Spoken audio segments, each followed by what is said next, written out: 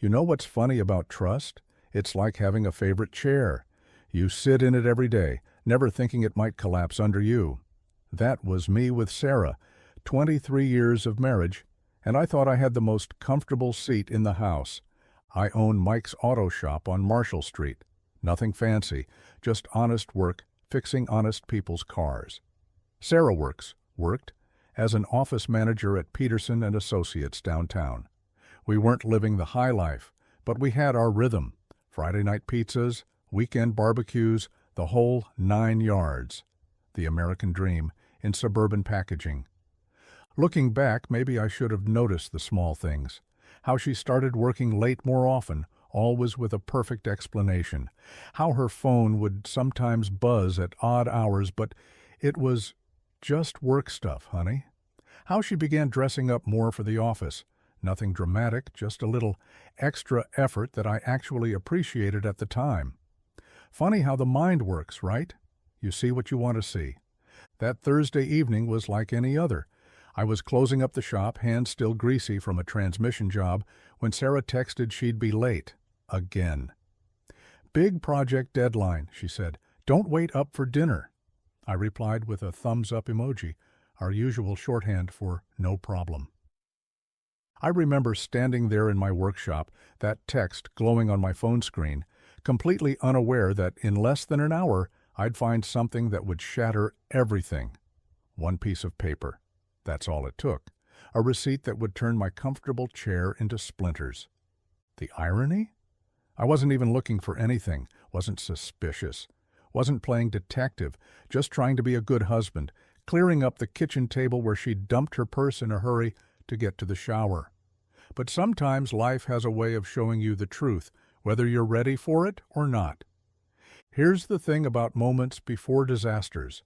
They're so normal, it hurts to remember them later.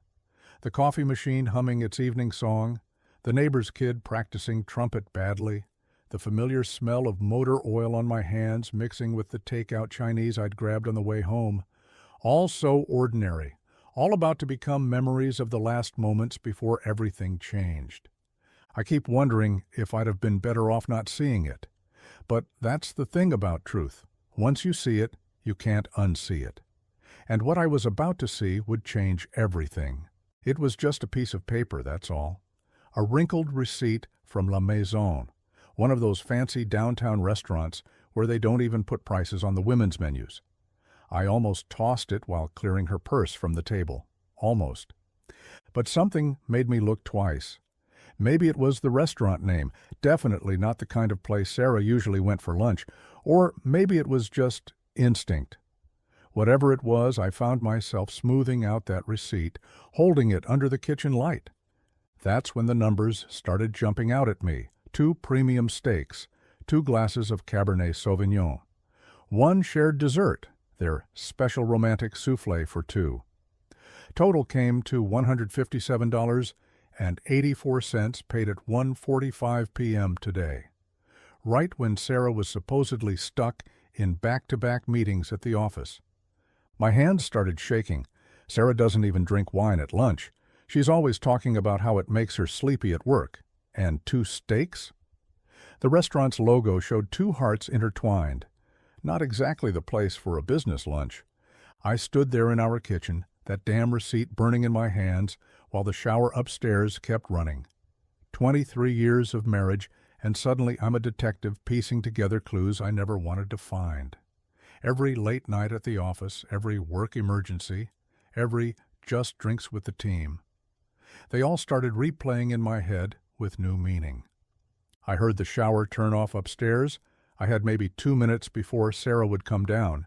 2 minutes to decide, confront her now or play it cool and dig deeper. My gut was screaming for answers, but something else, maybe pride, maybe strategy, told me to wait, to be smart about this. I folded the receipt carefully and slipped it into my wallet. Then I grabbed my phone and quickly snapped a picture, making sure the date, time, and items were clear.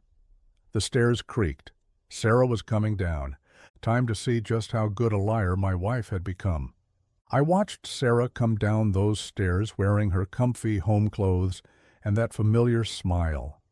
My stomach turned as she walked into the kitchen, but I kept my face neutral. 23 years of marriage, and now I was the one putting on an act.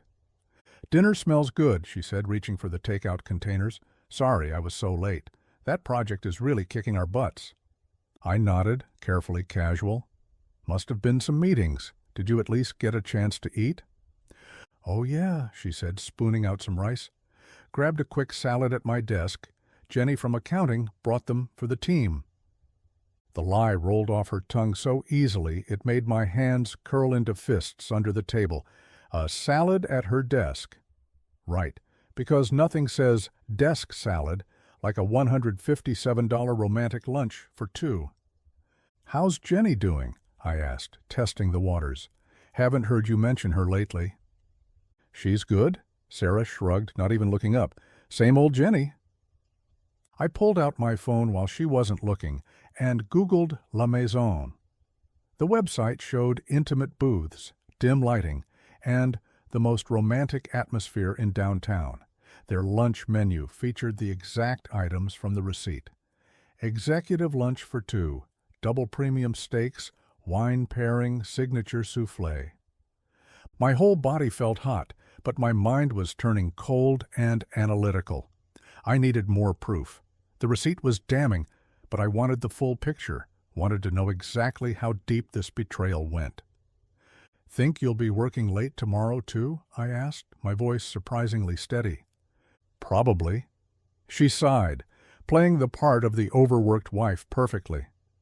"This project won't manage itself." "No," I said quietly. "I guess it won't." After dinner, I waited until she was watching TV to check her phone. She always left it charging in the kitchen, a habit I used to love about her, how she didn't stay glued to her screen at home. Now I wondered if it was just good operational security on her part. The screen was locked, but I didn't need to see inside. The notification that popped up told me enough. J. Peterson, with a heart emoji, quickly fading away. I spent that night in my garage, sitting in an old Mustang I'd been restoring. Funny how work teaches you things. When fixing cars, you can't just react to problems. You have to diagnose, plan, then execute. The same rules would apply here. The heart emoji kept flashing in my mind. J. Peterson, John Peterson, the new account executive Sarah had mentioned a few months back. "Such a great addition to the team," she'd said. Yeah, I bet he was. I pulled out my phone and started making notes. Sarah's late nights had started about 3 months ago. 2, sometimes 3 times a week, always with perfect explanations, project deadlines, client emergencies, team meetings. I checked our credit card statements online. La Maison wasn't the first fancy lunch. There were other restaurants, other charges that didn't fit her desk salad story. The familiar smell of motor oil and leather should have been comforting, but all I felt was cold determination spreading through my chest. This wasn't going to be a messy confrontation. No screaming, no throwing things, no dramatic scene that would make me look like the unstable one. Sarah had turned our marriage into a calculated game? Fine, I could play that game too. Her birthday was coming up next weekend, the big 4-5. She'd been hinting about wanting to celebrate at home with friends and family. Nothing fancy, she'd said, just the people who matter most. Perfect. I started making a different kind of list, guest list, timeline, evidence. I knew how to plan a nice surprise party, but Sarah wasn't the only one who'd be surprised. My phone buzzed, a text from her upstairs. "Coming to bed soon?" "Just finishing up something in the garage," I replied. "Don't wait up." I looked at the Mustang's engine, all its parts working together in perfect harmony. That's the thing about machines. They don't lie, they don't cheat. When something's broken, you find the problem, fix it, or replace the whole damn thing. I knew which option I was choosing. The next morning, I called our friends about Sarah's surprise birthday party. My voice was steady, enthusiastic even. Just a loving husband, planning something special for his wife. Ellen, Sarah's best friend since college, was especially excited to help. "Oh, Mike, she'll love it. What can I do?" What she could do was invite John Peterson without knowing it. Ellen worked in HR at a different company, but she had a LinkedIn network that would make the CIA jealous. "Could you share the invite with Sarah's work friends?" I asked. "I want to include everyone, but I don't want to risk someone accidentally telling her." "Of course," Ellen chirped. "I'm connected with most of them. I'll make it look like it's coming from me. Very discreet." Perfect. John Peterson would get an invitation from Sarah's friend, not her husband. No reason for suspicion. Just another guest at a casual party. I spent my lunch break at the print shop enlarging that receipt to poster size. The guy behind the counter raised an eyebrow. "Special presentation?" "Something like that," I replied, watching as the printer spit out every damning detail in high resolution. 2 steaks, 2 wines, 1 shared dessert. Each item a nail in the coffin of my marriage. Back at the shop, I kept myself busy with repairs. Cars made sense. They didn't lie or cheat. They just needed the right tools and attention to run properly, unlike my marriage, which had been running on deception for months. I created a new email account, mike.anderson.party@gmail.com, close enough to my real name to look legitimate, different enough to not raise flags. Started sending out invites, family, close friends, Sarah's co-workers, each message carefully worded to sound festive and normal. The responses started coming in. "We'll be there. Wouldn't miss it." Each confirmation another piece falling into place. I marked them off in my notebook. 23 guests and counting. A good audience for what I had planned. Sarah was making it almost too easy. She'd already told me she had another late meeting scheduled for tomorrow. I used my lunch break to drive past La Maison, noting the secluded parking area behind the restaurant. Perfect for secret rendezvous. I parked there, engine off, waiting. At 1:30 sharp, a silver BMW pulled in, John Peterson's car, according to the company website. 10 minutes later, Sarah's Honda followed. I took pictures, not because I needed more evidence, but because something in me wanted to document every aspect of this betrayal, every lie, every secret meeting, building my case like I was preparing for a trial instead of a birthday party. That evening, Sarah talked about her stressful day at the office over dinner. I watched her lie with the same attention I'd use diagnosing a tricky engine problem. Her tells were subtle. The way she pushed food around her plate, how she kept her phone face down on the table, the slight pause before each fabricated detail. "You work too hard," I said, playing my part. "Good thing your birthday party is coming up. A chance to relax, right?" "Just a quiet dinner with you would be nice," she said. "You deserve more than that," I replied, meaning every word. "Trust me, I'm planning something special." I stayed in the garage late again that night, finalizing details. Guest list, timing, photography of their lunch meeting printed and ready. The receipt poster carefully rolled and hidden.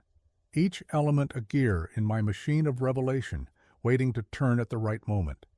In 3 days, Sarah would have her birthday surprise, and I would have my revenge, served up with cake and a side of cold, hard truth. 2 days before the party, I watched Sarah leave for another late meeting while I ran through my mental checklist. The RSVPs were all in, including one from J. Peterson, who'd confirmed through Ellen's LinkedIn invitation.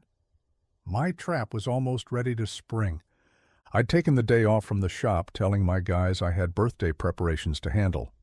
Not exactly a lie. I spent the morning collecting my evidence, organizing it like I would parts for a complex repair job. The blown-up receipt, the photos from the restaurant parking lot, their text message history, recovered from our cell phone bill, dozens of messages during work hours. But the real gold mine came from Tom, my buddy, who works IT at Sarah's company. "Hey, Mike, remember when you helped me rebuild my Camaro's transmission? I owe you one." He didn't ask why I wanted copies of Sarah's work calendar, just provided them with a knowing look. The calendar entries told their own story, blocked off meetings that didn't exist, fictional client lunches, fake project deadlines. I spread everything across my workbench, studying each piece like a mechanic diagnosing a problem. The evidence created a perfect timeline of deception, 3 months of lies, all documented and ready to be exposed. My phone buzzed. Sarah checking in. "How's your day, honey? Still okay to grab the party supplies tomorrow?"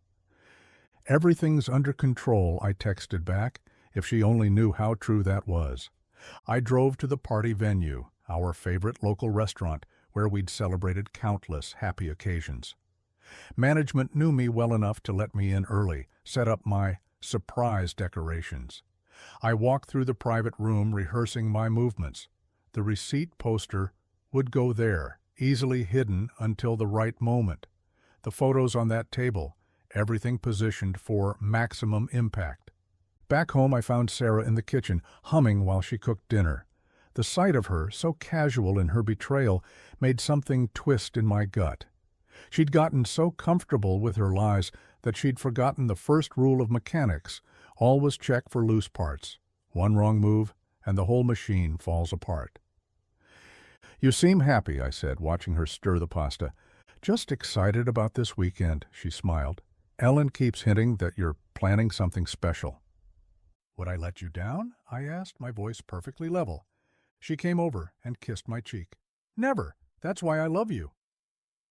I held myself still, thinking about all the times she'd performed this exact same show, the loving wife act. How many times had she kissed me like this, right after lunch with him? How many times had she played this role while planning her next deception? That night, I made one final call to Ellen. "Everything set for Saturday?" "All arranged," she assured me. "Sarah doesn't suspect a thing. John from her office confirmed too, said he's looking forward to celebrating with everyone." I bet he was. He'd been celebrating with my wife for months. In the garage, I did one final review of my evidence. Each photo, every document, all the proof laid out like tools before a major repair job. Some men might have confronted their wives immediately, thrown things, made a scene. But I'd learned from years of fixing engines, the most satisfying repairs come from careful diagnosis and precise execution. 2 more days. Just 2 more days of watching her play her role, of playing mine in return. Then I'd show everyone exactly what kind of mechanical failure I'd discovered in our marriage.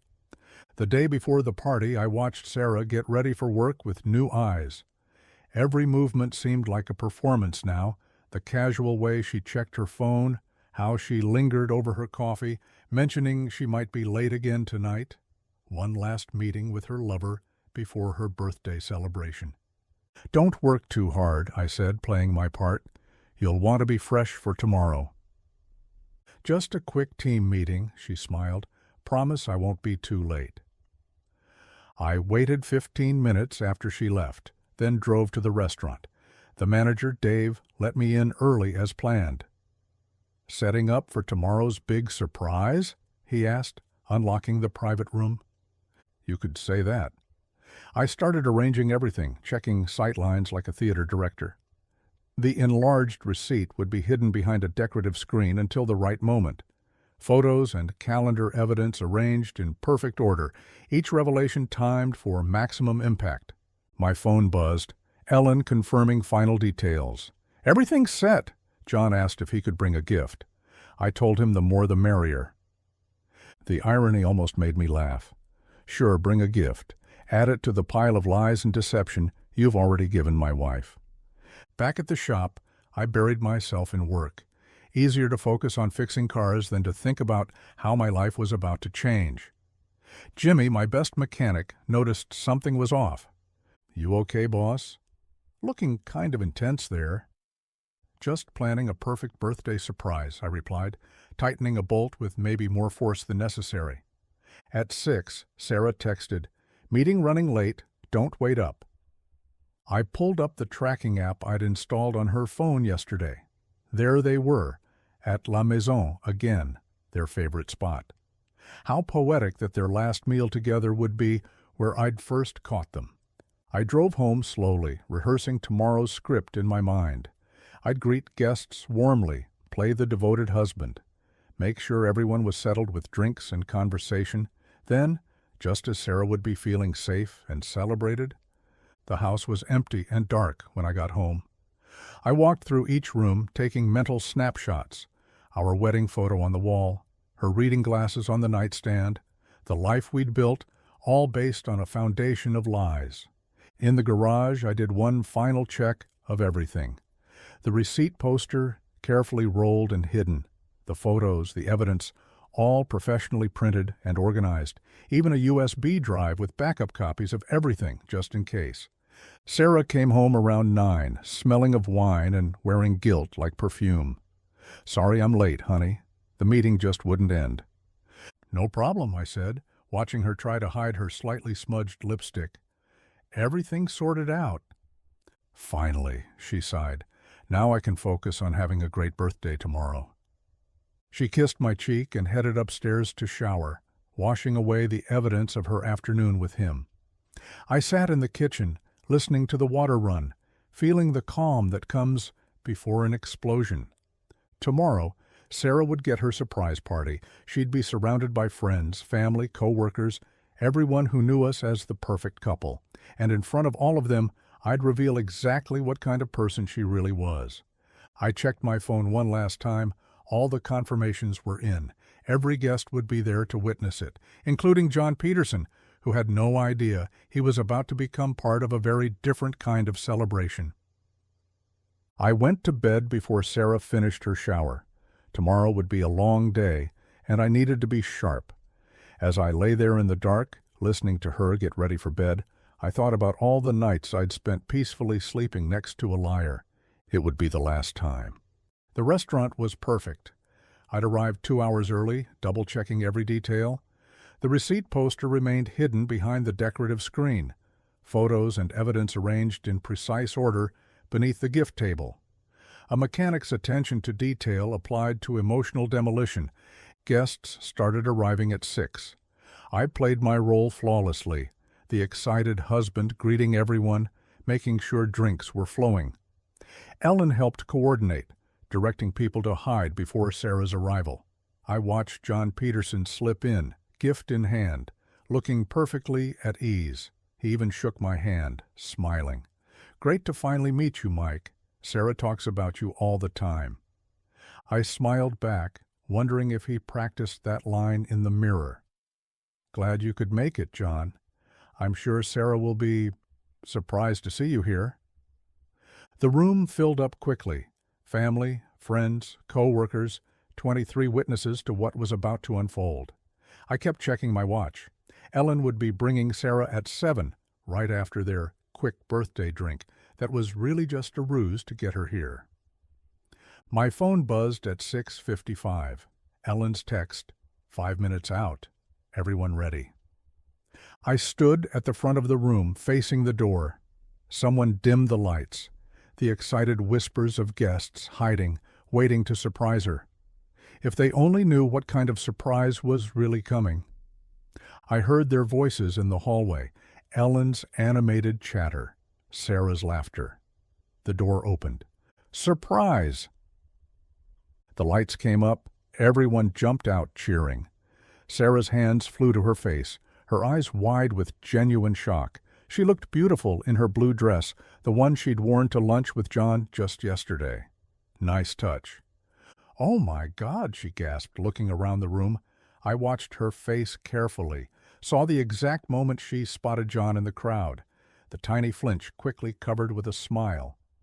"Mike, you planned all this?"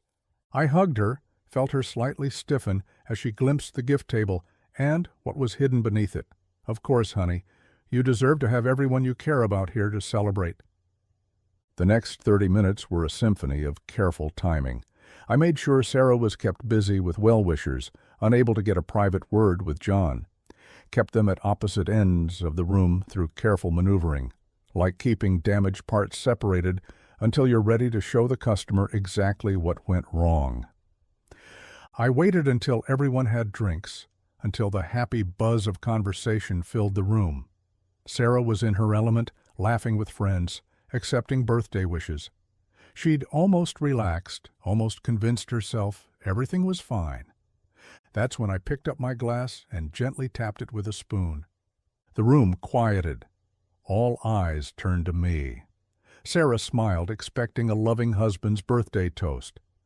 "I'd like to thank everyone for coming tonight," I began, my voice steady, "especially those who traveled far to be here, and those who managed to make it despite their busy schedules."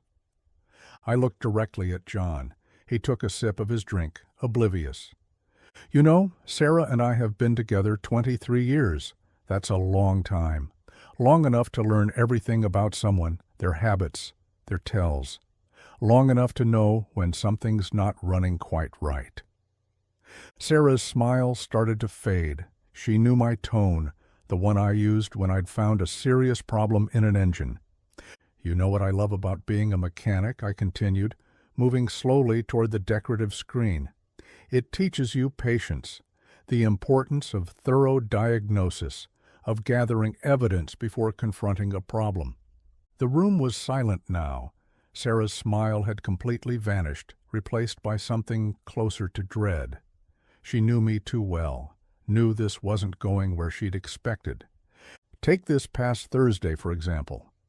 I reached behind the screen. Sarah told me she was working late, project deadline, she said, eating a salad at her desk. I pulled out the enlarged receipt, unrolling it slowly. Funny thing about receipts, they don't lie.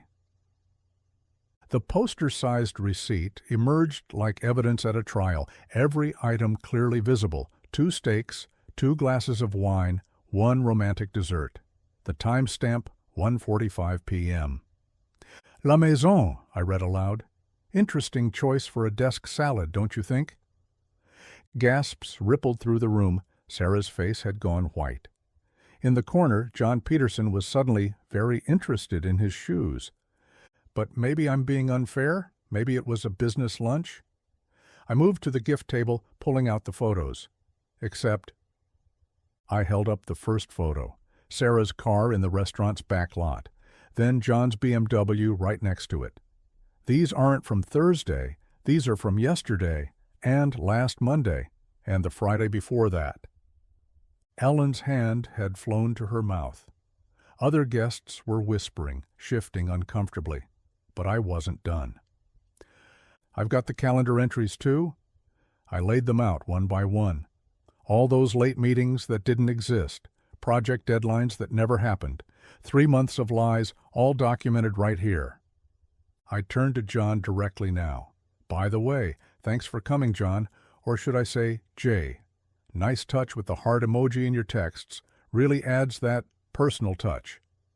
He started to stand, probably planning some dignified exit. "Sit down," I said quietly. "You helped write this story. Least you can do is stay for the ending." Sarah finally found her voice. "Mike, I can explain." "Explain what?" My voice remained eerily calm. "The romantic lunches? The secret meetings? Or maybe explain why you thought I was too stupid to notice?" I pulled out my phone, clicked play. Sarah's voice filled the room. "Just a quick team meeting. Promise I won't be too late." Then GPS data showing her location, La Maison, not the office. "That was this morning," I said. "Your last lie, as it turns out."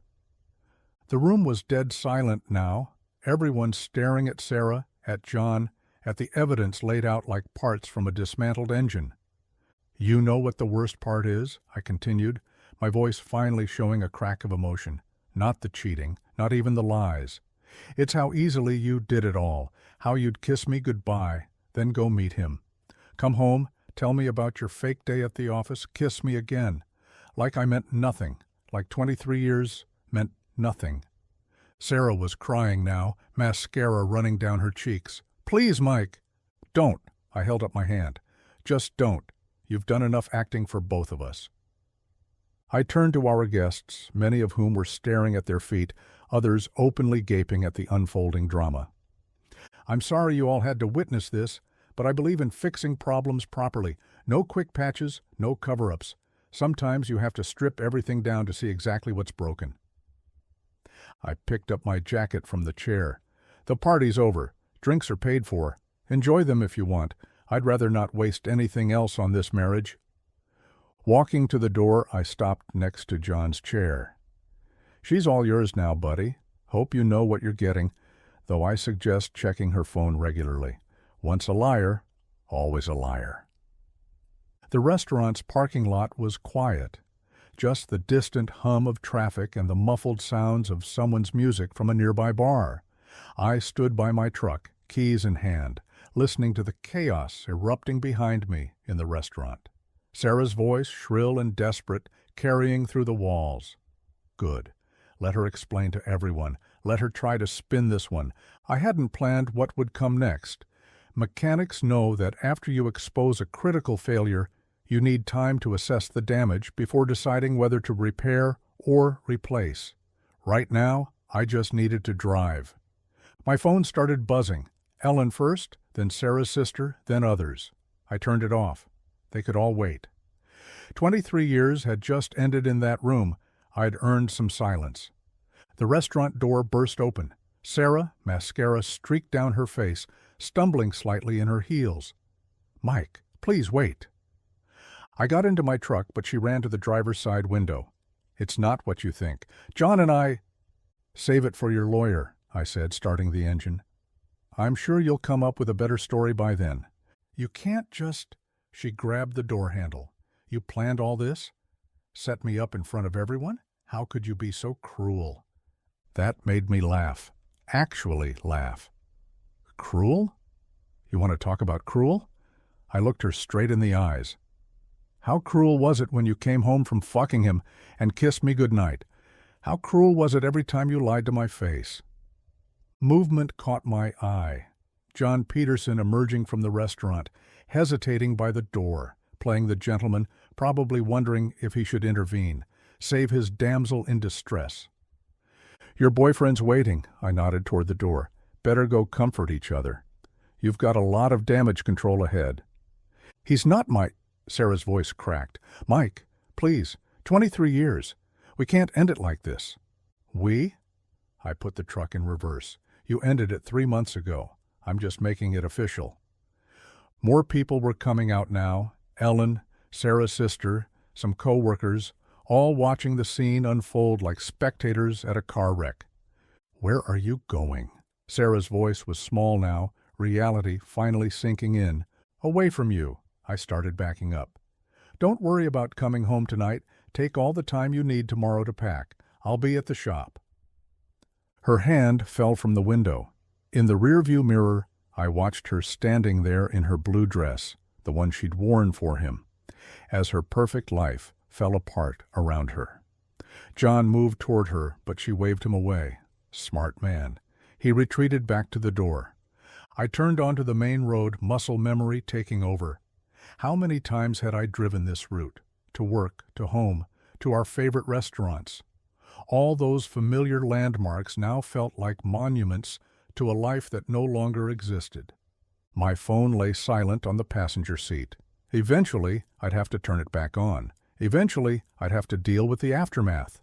Lawyers, division of assets, the sympathy and judgment of friends and family. But right now, I just drove. The night air coming through the window felt clean, fresh, like the smell of a garage after you've finally removed a damaged part that's been slowly poisoning the whole machine. I headed toward the shop, my safe place, where things made sense, where problems could be diagnosed, addressed, and fixed, or, when necessary, replaced entirely. I spent that night in my office at the shop, stretched out on the old leather couch I keep for late nights, working on difficult repairs. Sometime around dawn, I finally turned my phone back on. 47 missed calls, 93 text messages, 4 voicemails. I ignored them all and called my lawyer instead. "Quite a party," Jim said when he picked up. "News travels fast in small towns. I'll clear my morning schedule. Come by at 9. The shop wouldn't open until 10, so I had time to shower in the employee bathroom and change into the spare clothes I kept in my office. Looking in the mirror, I expected to see someone different, someone broken or angry. Instead, I just saw myself, maybe a little tired, but steady, like an engine running rough, but still functioning. Jimmy, my head mechanic, showed up early. He took one look at me and went straight to make coffee. "Boss, I heard—" "Not yet," I cut him off. "Let's just work." He nodded, understanding. In a garage, when something goes wrong, you don't stand around talking about it. You fix it. Or if you can't fix it, you move on to what you can fix. I checked my messages while drinking Jimmy's coffee. "Ellen, call me when you can." I had no idea. None of us did. "Sarah's sister. What you did was cruel, but I understand why." Various friends expressing shock, support, or both. Nothing from Sarah, but a text from John Peterson. "I'm sorry it wasn't supposed to happen like this." I deleted his message without responding. Wasn't supposed to happen like this? No, it was supposed to stay hidden. Their little secret. Their private joke on the trusting husband too stupid to notice. Well, the joke was over now, and I had work to do. Real work, not the kind that involves long lunches and secret meetings at La Maison. "Jimmy," I called out, "let's get started on that Mustang rebuild. Time to focus on something worth fixing." The next week passed in a blur of paperwork and procedures. Jim, my lawyer, turned out to be worth every penny. "No kid's business predates the marriage, clear evidence of infidelity. This'll be clean and quick," he assured me. I signed where he told me to sign, agreed to what he told me to agree to. Sarah moved out while I was at work, just like I'd told her to. Ellen supervised, making sure she only took what was hers. The blue dress wasn't among the things she packed. Good. Let that be a donation somewhere, a gift to someone who hadn't worn it to lunch with their lover. The rumors and whispers at work died down quickly. My guys had my back. Cars kept coming in, needing fixing. Life has a way of moving forward, whether you're ready or not. One evening, closing up the shop, I found myself staring at the Mustang I'd been restoring. For months, it had been my refuge, the place I'd retreated to when I first found that receipt, where I'd planned my response to her betrayal. Now it was just a car again, a project needing completion. My phone buzzed, a text from Sarah's lawyer. She'd agreed to an uncontested divorce. No demands, no fights over assets. Maybe she felt guilty. Maybe she just wanted it over with. Either way, it meant freedom was just a few signatures away. I went back to work on the Mustang, losing myself in the familiar rhythm of repairs. There's something therapeutic about fixing engines. They either work or they don't. No gray areas, no maybes, no lies. "You know what the hardest part of rebuilding an engine is?" I'd asked Jimmy earlier that day. "What's that, boss?" "Knowing when to stop trying to fix broken parts and just replace them entirely." He'd nodded, understanding. I wasn't really talking about engines. Sometimes the only way forward is to accept that some things can't, shouldn't, be fixed. 3 months after the party, I finished rebuilding the Mustang. The engine purred like new, every part either repaired or replaced. No more damaged components hiding beneath the surface. No more secrets in the machinery. The divorce papers came through the same week. Clean, quick, just like Jim promised. I signed them in his office, my signature ending 23 years as efficiently as Sarah had ended our trust with those restaurant lunches. "You sure you don't want more?" Jim asked. "We could push for—" "I want it done," I said. "Some things aren't worth salvaging." Word got around town about what happened at the party. Sarah and John both left their jobs, moved to another city.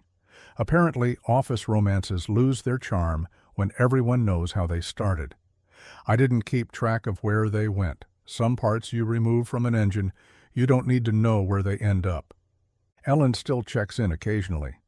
"You dating yet?" she asked last week. I just laughed. I'm not ready for that. Might not be for a while. But I'm okay with that. Better to run solo than with damaged parts. The shop is doing well. I took the money I'd been saving for our 25th anniversary trip and invested it in new equipment instead. Funny how life works. What was meant to celebrate a lie ended up building a better future instead. Yesterday, I sold the Mustang. Got a good price for it, more than I'd invested. The new owner, a young guy with honest eyes, asked me why I was selling after putting so much work into it. Sometimes, I told him, the real achievement isn't in keeping something, it's in knowing when to let it go. I watched him drive away in my rebuilt masterpiece. The engine sound clean and true. No hidden problems, no concealed flaws, just pure, honest machinery working exactly as it should, kind of like me now.